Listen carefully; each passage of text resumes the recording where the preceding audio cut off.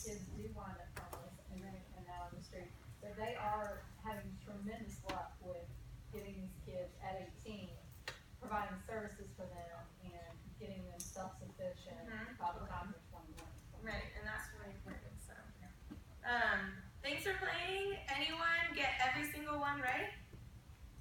Wow, just one wrong? Two wrong? Okay, well that makes me happy. I mean, at least you learned something. So, there is room for improvement. The 4 big ways that we saw were that there needs to be a big thing, like this is what Jessica just said, more ways to help youth transition to independent living. Those 8% that are aging out of the system need that support, and Melissa will talk more about that. Prevention, so there's a high correlation with the health of a community and the number of foster kids that it produces.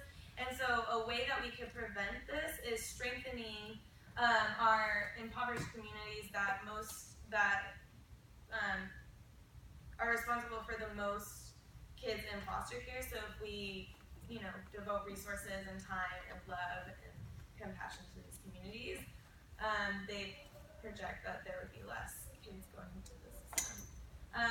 Another thing, educating the public. So with that myth versus fact, I'm sure a lot of you learned something about foster care that you didn't know, and so having this issue be a topic that we can talk about in a reasonable way and not just like, oh, the system is jaded, it doesn't work, like, blah, blah, have our opinions.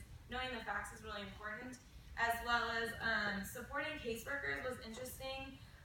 Caseworkers are working with like 15 to 25 different kids and trying to get them placed with their individual plans.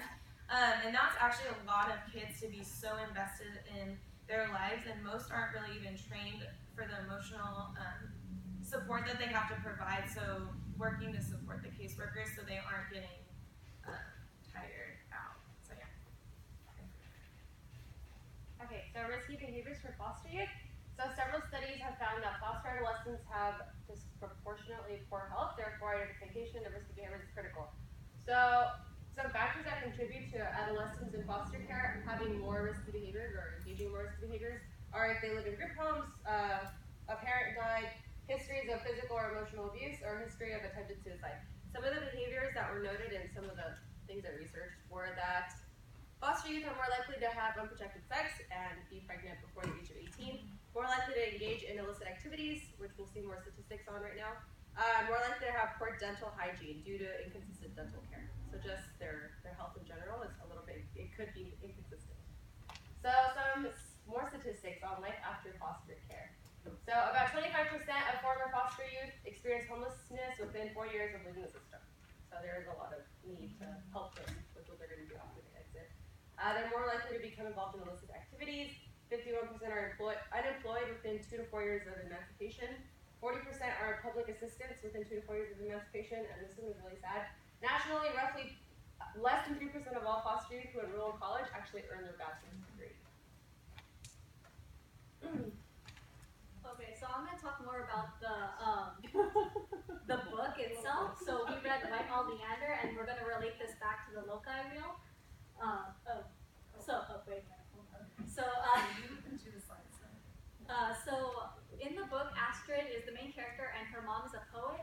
So I made a poem, sort of. So I'm going to read it. Astrid is her mother. Astrid is a daughter. Astrid is an adult. Astrid is a child. Astrid is a girl. Astrid is a woman. Astrid is here. Astrid is gone. So the main character, Astrid Magnesium. No, that's not it. Magnoson? Okay, close. So she's like the broken wheel that you see right there. She was, metaphorically being used by the driver, be it her mother, be it the boy that exchanged his drugs for a blowjob, be it 5 of her foster care parents. But despite all of those things that people have used her, she continually challenged herself to keep her life in motion. But unlike that wheel you see there, so that's a tire, and as some of us have experienced, we get to replace those tires and start anew. Unfortunately for Astrid, every time she gets placed in a new home, she doesn't get to start anew. She takes what she had with her, be it own choices. She embraces life and the path that made her who she is. So her wheel, perhaps similar to some of ours, is, you know, janked up or uneven, but it is still functional where we can make improvements along the road, which is what Astrid eventually did by the end of the book. So I'm going to skip all of that because we don't have time, but we did relate all of Astrid's, the journey through the foster care through each of the 6 pieces, the loci wheel, just to show that we learned something.